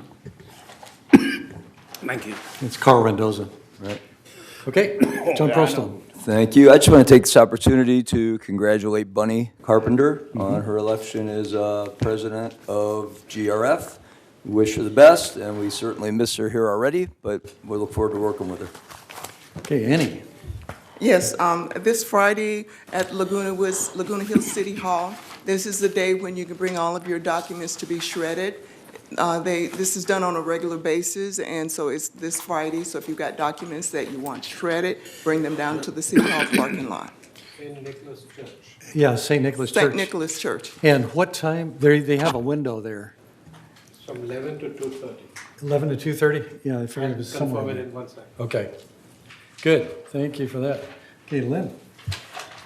I want to thank everybody for coming today, but I want to also thank all my fellow board members. This is such a good group of people to work with, and I think a lot of people in the community have no idea how much work is involved in the background that the directors do. So I just want to thank you, all you board members, for being such a good team. It's really great to be on this team, and thank you.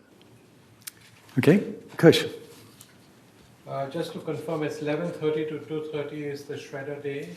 There is an announcement in the Globe, so if you've got your Globe and you're not quite sure what time it is, or if you don't have a Globe, you can pick up one out in the foyer out there. So it is in the Globe. No, Thank thanks you. for checking. Yeah. Thank you. Anything else? No, none of it. Okay, Craig? If you live inside Gate 14, you'll notice that our new park is coming along. Yeah.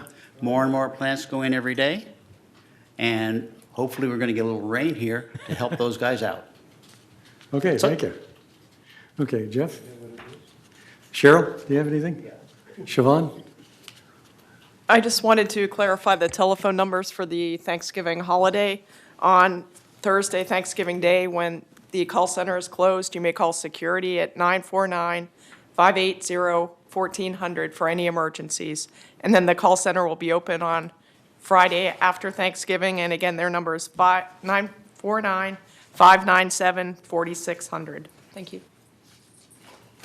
Okay, thank you very much.